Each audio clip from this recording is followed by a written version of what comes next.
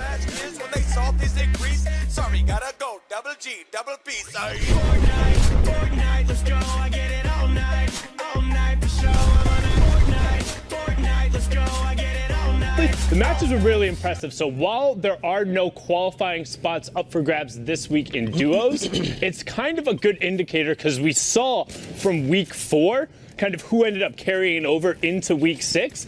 And there were a lot of those repeat kind of players in duos who are in that top 10. And in particular, like I said, we're going to focus here on the X2 twins mainly because they were the ones who grabbed that top spot.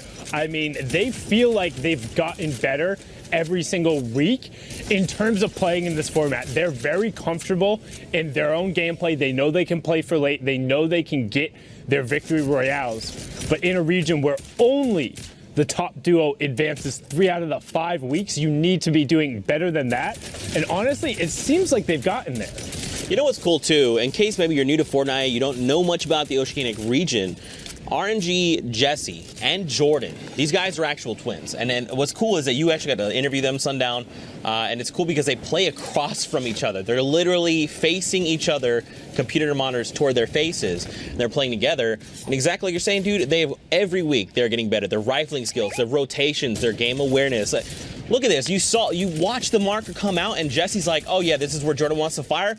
Let's do this. Immediately knock a player. These guys are insane. And I hope they qualify because we already know that Jordan or twins already has qualified in this solo portion. So I want to see these guys come through together. Yeah, definitely want to see them qualify for the duos again when kind of the Oceania scene really first started getting their international exposure and people were looking. It was with that Australian Open event. And then Jesse and Jordan actually got an invite to Katowice Royale where they won, I believe it was either the 2nd or the 4th game, not quite positive. But I mean, we've seen them put up very good performances and to continually get into the late game in order to earn those placement points, which you can see on the right side as we're now into the top 15. So the first 3 placement points going over there. Next 2 will happen at top 10, then top 5. Then the Victor Royale duo will get an additional 3 for 10 cumulative. As you can see now, the X2 twins popping that off. And again, if you are interested in checking out some of their content, I believe they stream on Twitch under the account X2 twins. That's something else super interesting about them is they share all of their social medias going through. So when you talk about like your level of chemistry and compatibility, I mean, they have all of it. They're constantly working with each other and you can check out kind of that setup. And it's really cool. It's just something different if you're used to some different content. But now Jesse from the high ground with the combat shotgun and not quite able to find it. Unfortunately, it's Robbo who's the one able to get that knock as we get closer to that next placement threshold. Good knock coming out there from Jesse. Will the conversions come through? And they do as Clownboy gets first letter G and we're into the top 10.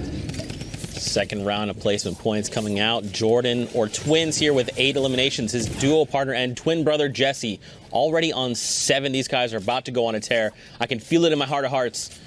We got up on the high ground. And take a look at the loadout. So it's interesting that Jordan, oh, well, there you go, Pimpin' Bananas, not Pimpin' no more. Jordan is rocking this infantry rifle instead of, I'm sorry, now that it popped back in, again, that was a little visual bug there coming out of the replay client, but it's interesting to see him take this infantry rifle because we talk about the rifling skills a lot, and now he's probably going to show us exactly why they're so dangerous. So the reason they're doing that actually is because they funneled all the medium ammo over onto Jordan since Jesse is only rocking the combat shotgun and the tactical. But you can see now he's about to run out of that light ammo. So the option it now gives him is, hey, if Jordan wants to drop that infantry rifle for Jesse so he still has a little bit of spam pressure, he can. But instead, they're going to drop Snackin' down and then pick him up right away. Nice little alley-oop as Jesse is going to begin waterfalling down since he only has that combat shotgun. Melts, clutch melts. Nice job there. Push him into the top 5. Shotgun comes out. 1, 2 players go down. This duo is just on fire right now. And what's good about this as well is Jordan goes down, gets all the loot, and so now he can get himself back up. And look at this. Jordan is just up top saying, yeah, take the time you need. You collect your loot. I've got this. Don't even worry about it, twin.